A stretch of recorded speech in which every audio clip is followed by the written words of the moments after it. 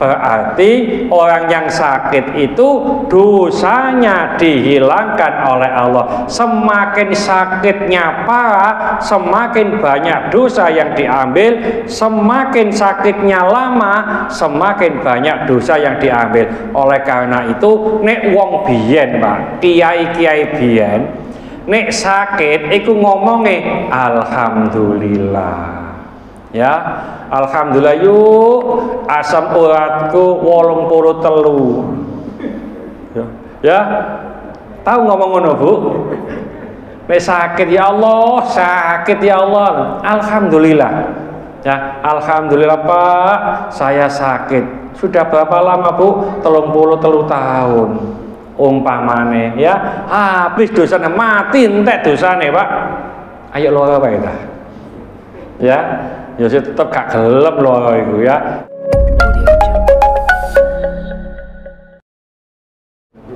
Assalamualaikum warahmatullahi wabarakatuh. Bismillahirrahmanirrahim. Wa an Anasin radhiyallahu anhu qala, dari Anas, mudah-mudahan Allah meridhoinya, ia berkata, lamma thaqulan nabiyyu sallallahu alaihi wasallam, ketika sakit Nabi bertambah parah, ja'ala yataghashahul karbu, maka beliau diliputi dengan penderitaan. Faqalat, lalu berkata siapa? Fatimah radhiyallahu anha, dari Fatimah, mudah-mudahan Allah meridhoinya. Wa karba abatahu, alangkah hebatnya penderitaan ayahku. Faqala, lalu Rasulullah menjawab, laisa ala abiki karbun ba'dal yaumi, tidak akan terjadi lagi ayahmu ini menderita setelah hari ini.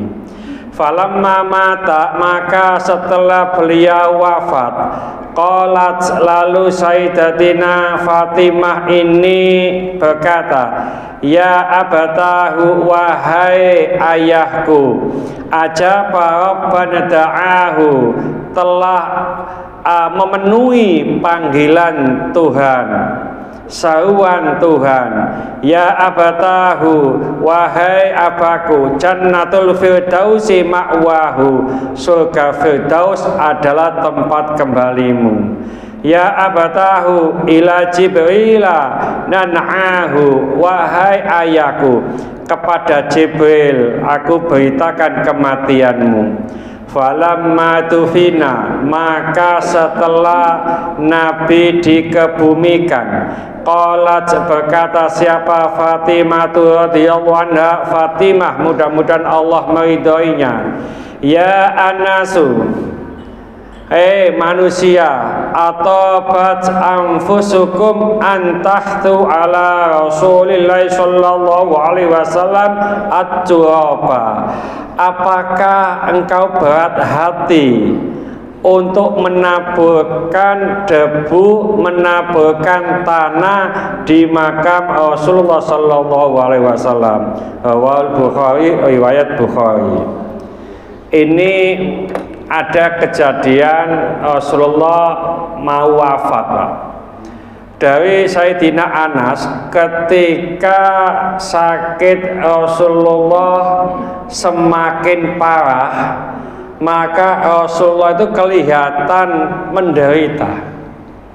Lalu berkatalah siapa? Fatimah, ananda dari Rasulullah sallallahu alaihi wasallam, alangkah hebatnya penderitaan ayahku ini.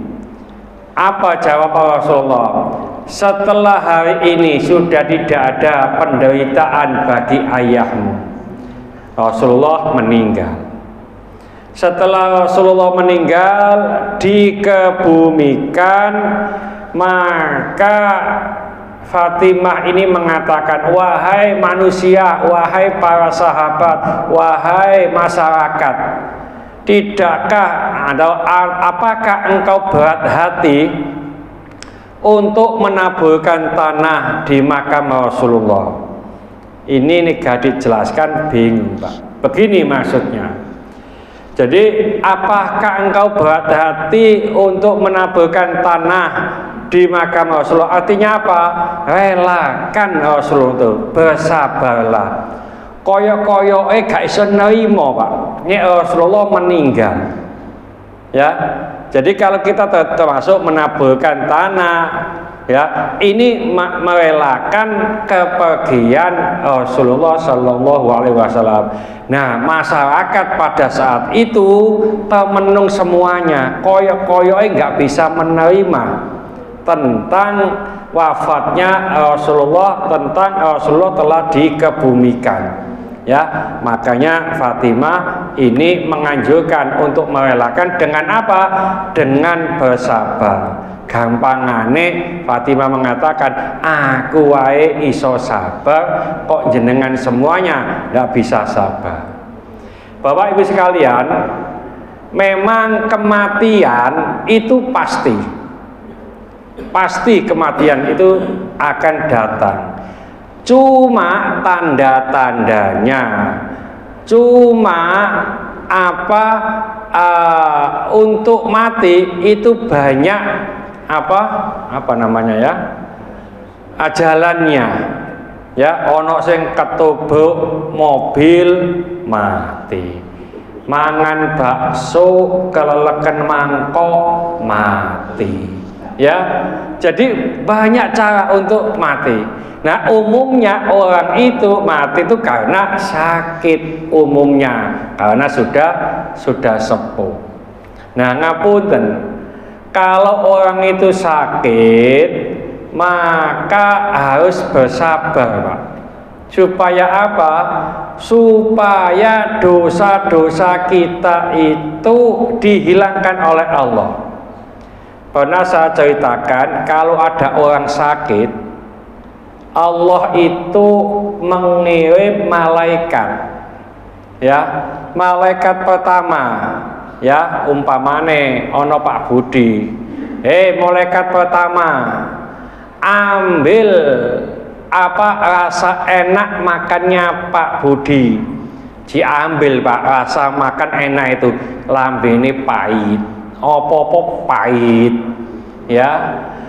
Terus malaikat yang kedua, ambil kekuatannya Pak Budi, biasanya semalam 2 kali, saiki blas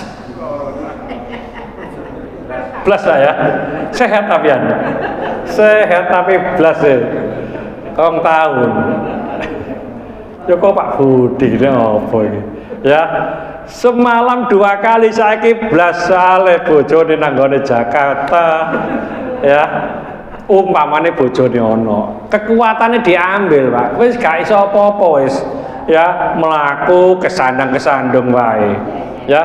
Saya ini ya ambekan itu ngos-ngos Pak, tadi khutbah itu juga ngos-ngos gitu, jalan agak kenceng jadi ngos-ngos, tapi ngono ku umpamane jik tawi rabi maneh ngono.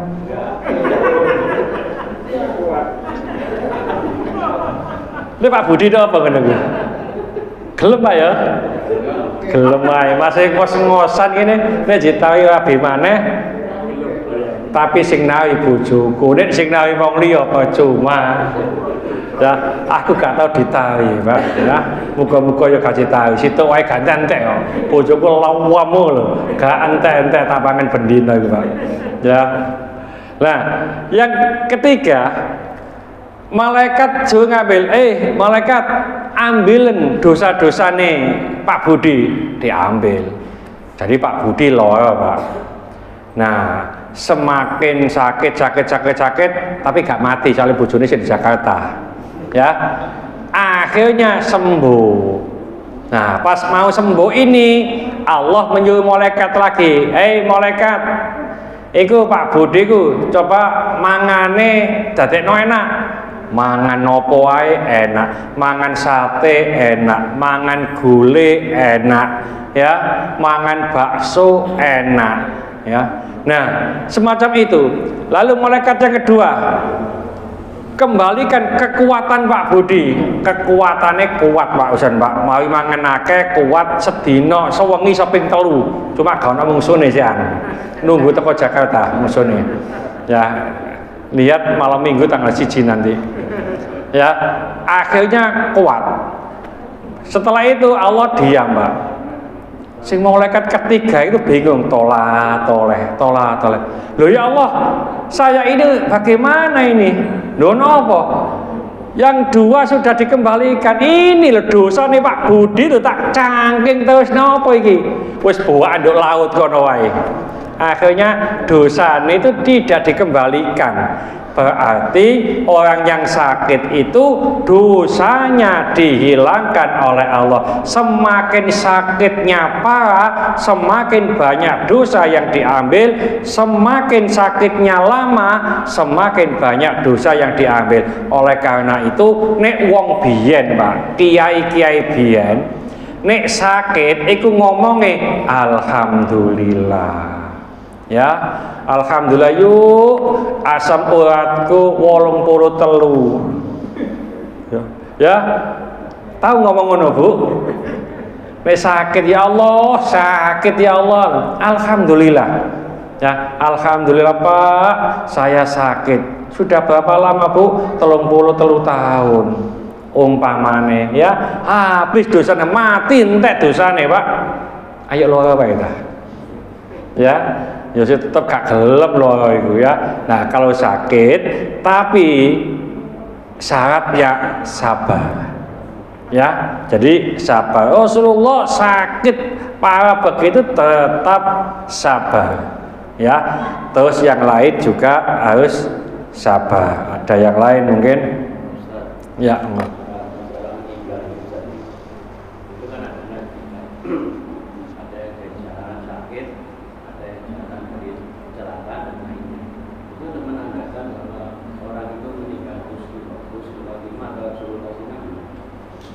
Ya ini ada pertanyaan, meninggal ada kalanya sakit, ada kalanya meninggal mendadak kecelakaan, bagaimana orang itu menandakan husnul khotimah?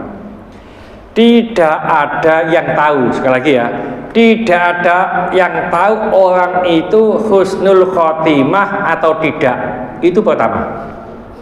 Nah kalau tanda-tandanya yang difahami oleh masyarakat banyak, tapi belum tentu. Sekali lagi, yang menentukan husnul khotimah atau tidak itu hanya Allah. Contoh Pak, saya ceritakan sedikit. Pas perang, ya orang mati syahid pasti surga. Saat perang itu ada sahabat yang meninggal. Lalu sahabat-sahabat yang lain ini membawa kepada Rasulullah, ya Rasulullah, huwa ahlul jannah, dia adalah penghuni surga. Apa kata Rasulullah? Huwa ahlun nar, dia tempatnya di neraka. Padahal mati ikut berperang. Ya, kenapa Rasulullah mengetahui? Wa ma yantiqu anil hawa in huwa illa wahyu yuha. Rasulullah dikasih wahyu oleh Allah, tahu nih ini ahli neraka, tapi masyarakat sahabat-sahabat mengatakan ahli surga karena mati syahid. Ternyata ya saat berperang ini orang kena panah, kena pedang dan seterusnya, sampai dia nggak kuat saking sakitnya, akhirnya pedangnya dimasukkan sendiri, cek nang mati Pak. Artinya apa? Bunuh diri. Orang bunuh diri pasti neraka. Dan di hadis yang lain ada syahidnya, ada orang yang menceritakan, iya saya tahu ya Rasulullah, orang itu bunuh diri. Ya. Jadi yang tahu apakah orang itu husnul khotimah atau su'ul khotimah hanya Allah. Tapi tanda-tandanya secara umum banyak yang tahu tadi, semacam orang yang berperang di jalan Allah masuk surga karena mati syahid. Itu tanda-tandanya untuk kita ya. Yang dulu saya sampaikan, orang meninggal nunggone gang lebar belum tentu mlebu neraka Pak.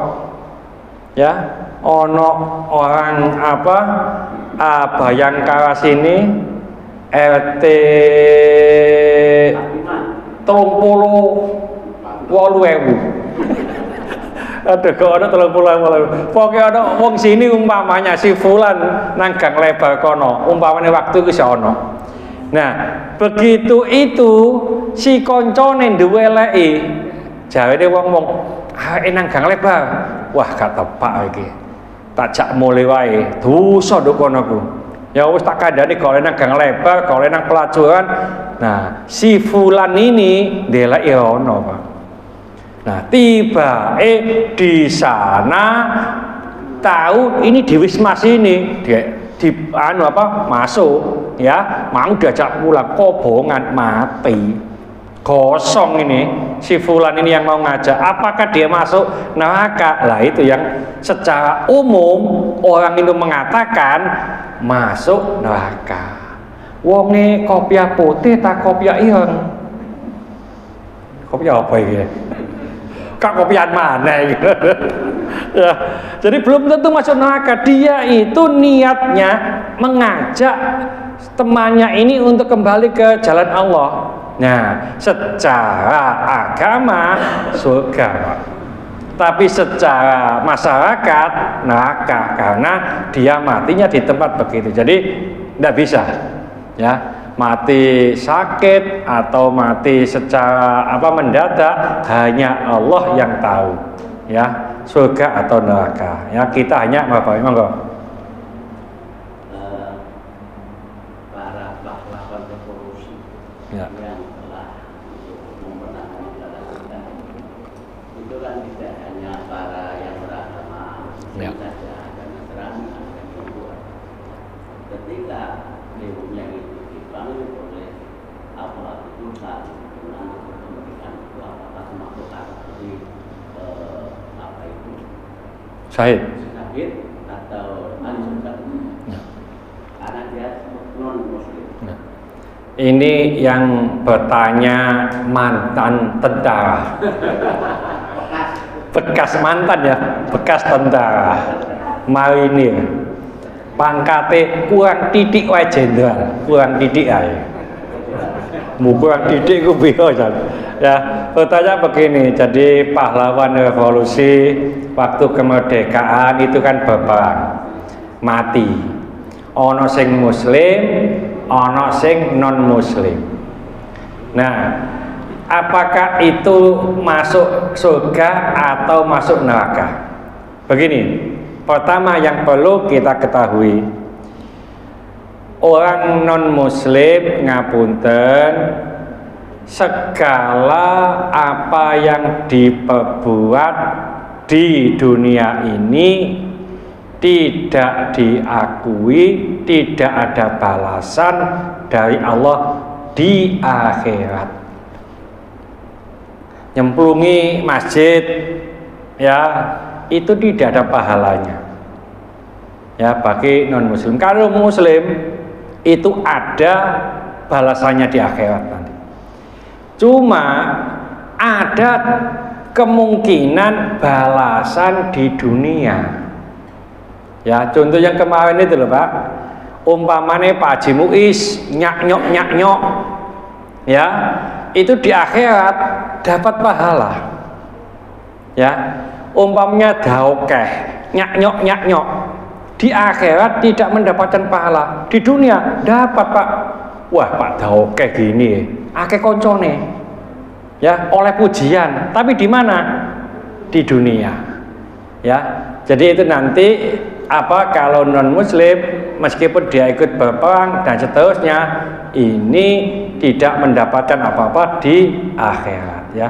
Kecuali yang kemarin saya sampaikan, kalau ada orang tua non muslim maka anaknya tidak bisa mendoakan kepada orang tua non muslim ini ya, tapi bisa memberikan manfaat ya. Dulu saya sampaikan kalau nggak salah di kitab Tanbihul Ghafilin, masih dikaji Ustadz Makhoji ya, Tanbihul Ghafilin itu ada hadis, manis tathal Qur'ana khafafallahu an abawail adaba wa in kana kafiraini. Barang siapa yang mempelajari, belajar Al-Quran, maka Allah akan meringankan adab kedua orang tuanya. Wa in kana kafiraini, meskipun kedua orang tuanya itu kafir. Jadi sing anake duwe orang tua kafir, ndongakno gak iso nyampe, tapi ini belajar Al-Quran, orang tuanya diringankan. Ya, diringankan apa? Adabnya. Menurut hadis ini yang ada di Tanbihul Ghafilin. Mudah-mudahan sedikit ini dibarengi hidayah oleh Allah Subhanahu wa taala. Mudah-mudahan segala hajat kita dikabulkan Allah, segala kesulitan kita dibantu oleh Allah. Mudah-mudahan anak-anak kita menjadi anak yang soleh-solehah, taat kepada Allah, patuh dan nurut kepada kedua orang tua. Dalam kasih keturunan, mudah-mudahan Allah memberikan keturunan yang soleh-solehah. Dalam kasih jodoh, mudah-mudahan Allah memberikan jodoh yang soleh-solehah. Mudah-mudahan di antara kita, keluarga kita, hadirin taulan kita, tetangga-tetangga kita yang saat ini sedang sakit, baik di rumah sakit maupun di kediaman, mudah-mudahan Allah cepat mengangkat penyakitnya, menyembuhkan penyakitnya, dan mudah-mudahan Allah memberikan kesabaran kepada yang sakit, dan dengan kesabaran ini mudah-mudahan Allah mengangkat seluruh dosa-dosanya, dan mudah-mudahan Allah mengampuni dosa-dosanya orang yang menzalimi kita. Al-Fatihah.